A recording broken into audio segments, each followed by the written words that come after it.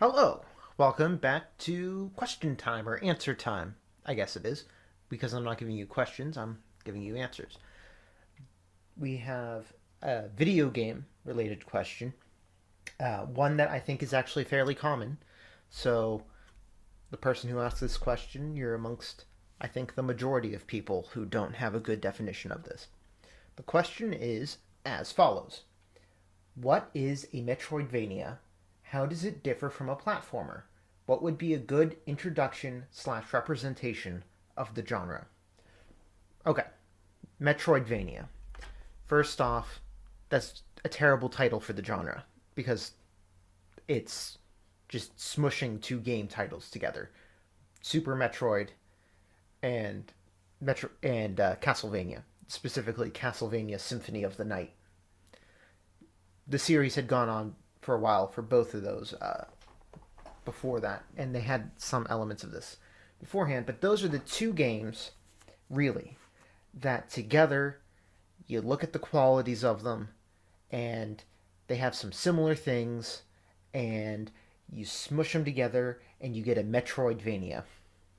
All right, that doesn't really help you yet, but that's at least where the word comes from. Just to be clear, that's where the word comes from. So, what was so similar between these two games? They were both they both had platforming. They both had a non-linear world. They both had combat, and they both had power-ups or items that opened up more paths. So you couldn't. So even though it was non-linear, there were things you needed to unlock doors. Those together are the four basic elements of a Metroidvania. There's a lot more that can go into it. Now, let's see. How does it differ from a platformer? Well, a Metroidvania is going to be a platformer, but it's going to be a platformer that has a lot of combat, not just a little bit, not just Mario bouncing on the head. There's going to be, some kind of power ups or items or moves, more than just one or two. Combat's going to be a focus in a Metroidvania. It's also, once again, going to have a non-linear thing, which means generally means backtracking. So it's not like, it wouldn't be like if you had a game where I could start at point A and I had three ways to get to the end of the level, but then I didn't ever do any of the other ways. That wouldn't be a Metroidvania. And I just moved on. That wouldn't be a Metroidvania. A Metroidvania is going to involve some level of backtracking as you get items to open up new paths and explore new ways and that kind of thing. It's non-linear, but you eventually should be able to get all of the places, and it shouldn't really lock things off. Um, so those are the two biggest ways that it's different than a platformer. Now, like in everything, definitions fail us pretty quick when trying to categorize these things, especially video games. Video games, unless they're like very straight and narrow following a format, a lot of times are very hard to categorize. We call it a Metroidvania because we don't have a short, sensible way of saying non-linear, combat-oriented platforming with backtracking and item unlocks. There's just not a good way to say it. So we call it a Metroidvania. However, that leaves a lot of stuff that you can build onto it. So this is where the challenge of the third part of the question, what's a good introduction or representation of the genre? So figuring out good introduction and or representation of the genre. You could go back to the original Castlevania Symphony of the Night or Super Metroid, and that would give you a good representation. Some people would say that that's the only true way to really appreciate it. We're not going to say that. You could play earlier games in those series, which have some of these elements slowly building up. Again, not necessary. If we're looking at today, you're actually asked this question at the right time because we are in the middle of a Metroidvania renaissance. Now, what are, what some good now we need to pick some exemplars of the genre. Here are just a few modern games because modern games have nice things like autosaves and run easily and are easy to obtain. So modern games that you can play on a variety of places. And we're going to try to show you, I'm going to try to show you how wide this genre ranges. Okay, let's start with Metroid Dread. Metroid Dread was the sudden return of both a Metroid game, which hadn't been released in years and years and years, and a return to a 2D Metroid game, which hadn't been released in even more years. I haven't played Metroid Dread personally, but it was widely received well as a return to form for the genre, and many reviews noted that it had that special Nintendo something that no one else can quite manage to make. Metroid Dread is available on the Nintendo Switch. Next up, we have Hollow Knight. Hollow Knight takes that all of those notions that we talked about as being core to a Metroidvania, but also incorporates some Souls-like sensibilities. Specifically, challenging combat. When you die, you go back to a spawn point and you've dropped your money and you have to get there and pick your money back up. And if you die again on the way, then your money's gone. The money that was there is gone. And you will have a new pile of money sitting where you died the second time.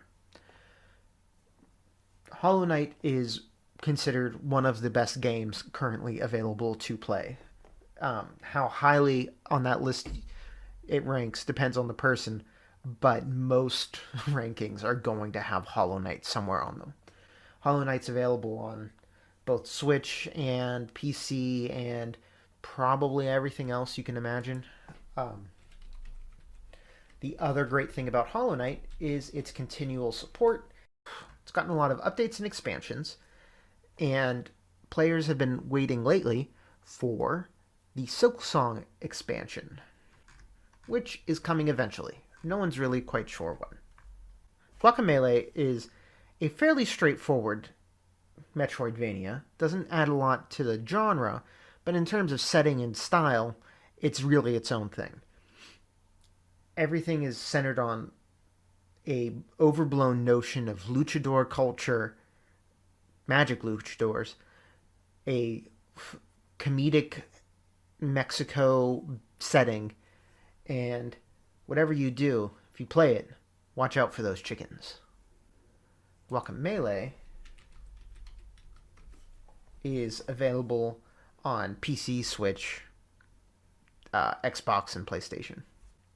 Another modern classic of the Metroidvania genre is Ori and the Blind Forest, where you play as a cute thing going around a poetic forest environment. But don't let that fool you. It's definitely got all the challenge that you expect from a Metroidvania.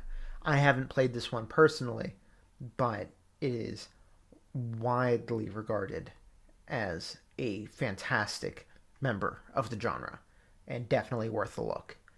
This one is only available on the PC, the Switch, and the Xbox. Finally, to show just how wild Metroidvanias can be, we have Yoku's Island. It is a blend of a Metroidvania and pinball. That's right, pinball. Every stage, instead of the normal platforming of jumping and hopping on things, you go through a pinball course with wild rules and manipulations, and then you get powers to get past specific types of obstacles and open up opportunities. And you have combat encounters within these where you have to try to, land in specific ways and trigger specific events. It's a Metroidvania, but it's pinball. This is why labels don't work so well on games, even though we need them to be able to handle the insane number of games that are made. I hope all of that together gave you context of what a Metroidvania is and gave you some directions or ways you can go about looking into games that you might want to try out in the genre. It's a really wide genre. Some of these are just not going to be to your taste. Or maybe all of them will, and you just have very wide tastes. For me, I love Guacamelee. I 100% achievemented it twice. With once with the Gold Edition and once with the Super Turbo Championship Edition. Others like Hollow Knight, other people want to grind out and get to the 100%. I enjoyed it. I really liked it, but I didn't feel compelled to do that. So hopefully you find your spot in the Metroidvania universe. And yeah, keep sending questions. I'll keep trying to answer them. Specific, broad, whatever you want. We'll figure it out as we go along. We have one more question in the queue. But that one's going to be a little more complicated, and I need to organize my thoughts better to make it not a totally that crap weird ramble that goes on for 40 minutes and is basically unfollowable. So we'll get to that later. Anyway, like I said, the link for the question form is there, or you can throw something in the comments and I'll see it, but I might lose it. I mean, it's not like there's a lot of comments, but, keeping track of things isn't my best quality.